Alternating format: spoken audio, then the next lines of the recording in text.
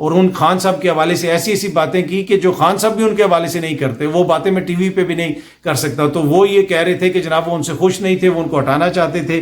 پھر اب یہ مولانا یہ کہہ رہے ہیں کہ جنرل فیض حمید مجھے چیئرمین سینٹ بنانا چاہتے تھے. تو یہ خان صاحب کے اختلافات جو ہے مختلف سورسز سے یہ سامنے آ رہا ہے کہ جو ہی ان کی حکومت بنی تھی ان کے اختلافات اس وقت کی اسٹیبلشمنٹ سے ہونا شروع ہو گئے تھے. اس میں کس کی غلطی تھی، کیا صورتحال تھی، پیچھے کیا تھا، کانٹیکسٹ اس کا کیا تھا، وہ ایک لمبی بحث ہے. آج کی ویڈیو اس کے حوالے سے نہیں ہے، اس میں ہم نہیں جائیں گے ابھی. لیکن یہ جو انفارمیشن روز بروز سامنے آتی جا رہی ہے، اس سے پہلے خواجہ آصف صاحب بھی یہ کہہ رہے ہیں کہ عمران خان نے میاں صاحب کو باہر نہیں بھجوایا تھا، وہ تو جنرل باجوہ نے ان کو باہر بھجوایا تھا. تو یہ بات بھی انہوں نے کہی تھی. تو اس سے تو بالکل واضح ہے کہ عمران خان کے اس وقت کی اسٹیبلشمنٹ کے ساتھ جو تعلقات تھے ان میں دراڑیں اسٹریٹ اوے پڑنا شروع ہو گئی تھیں جو ہی ان کی حکومت بنی تھی.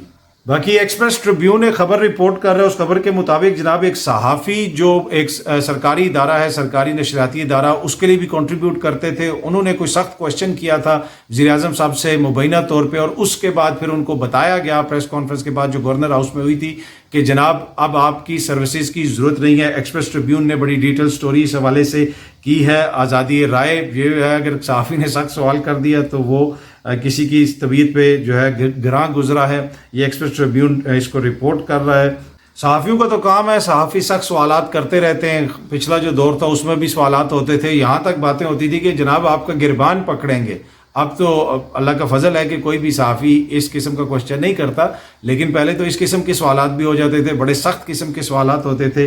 تو ایکسپریس ٹریبیون یہ رپورٹ کر رہا ہے جناب کہ مبینہ طور پہ اس کوشچن کی وجہ سے ان صحافی کو کہا گیا کہ اب آپ کی خدمات کی ضرورت نہیں ہے. اچھا، الیکشنز کے حوالے سے الیکشن کمیشن نے جو لسٹ جاری کی پارٹیز کی، اس میں پہلے جو ہے پرنٹنگ ایرر کی وجہ سے تحریک انصاف کا نام نہیں آیا. اس کی وہ کافی پھر اس کے بعد سوشل میڈیا کے اوپر بحث بھی چلنا شروع ہو گئی، لوگوں نے اس کو رپورٹ بھی کرنا شروع کر دیا. لیکن اب الیکشن کمیشن نے یہ بتایا ہے کہ جناب جو وہ مسئلہ تھا وہ پرنٹنگ کی وجہ سے ایرر تھا. سیکٹری ای سی نے، الیکشن کمیشن نے فہرست میں پی ٹی آئی کا نام نہ ہونا ٹائپنگ کی غلطی قرار دے دیا. اسلام آباد سے ایسی جماعتیں فہرست اب ٹھیک کر لی گئی ہے، الیکشن کمیشن نے کہا. اور الیکشن کمیشن کی ویب سائٹ پر جاری فہرست میں پہلے پی ٹی آئی کا نام نہیں آیا تھا، اور وہ یہ کہہ رہے ہیں کہ وہ پرنٹنگ ایرر تھا. اچھا، آخر میں میں آپ کے ساتھ سٹوری شیئر کرنا چاہتا ہوں، اور یہ بڑی امپورٹنٹ سٹوری ہے، اور میں اس لیے کہوں گا کہ یہ دیکھیں، یہ وقت کی نیڈ بھی ہے اور وقت کی ضرورت بھی ہے.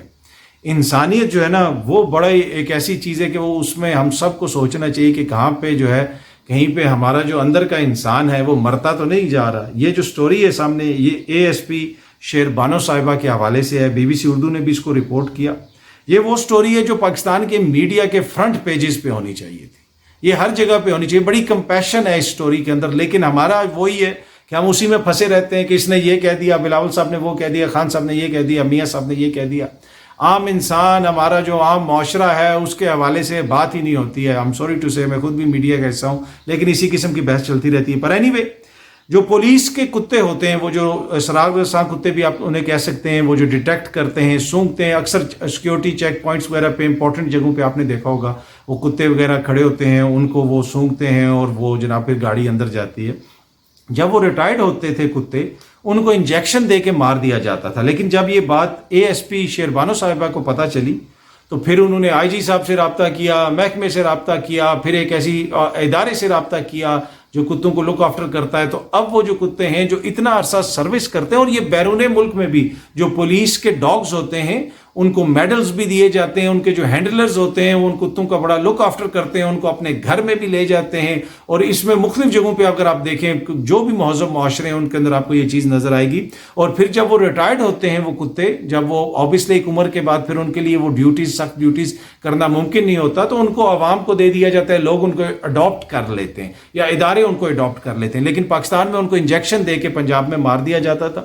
اے ایس پی شیر بانو صاحبہ کی جو ہے جب ان کو یہ پتہ چلا، اس لیے کہ وہ کہیں گئیں تو انہوں نے کسی کتے کے حوالے سے بات ہو رہی تھی کہ وہ بڑا اس کی موومنٹ ابھی سست ہے، تو ان کو جوان نے، ادھر جو افسر تھا جو بھی ان کے ماتحت، اس نے بتایا کہ جی اس کے پاس تھوڑے دن ہی ہیں، اس کے بعد اس کو انجیکشن لگا کے مار دیا جائے گا.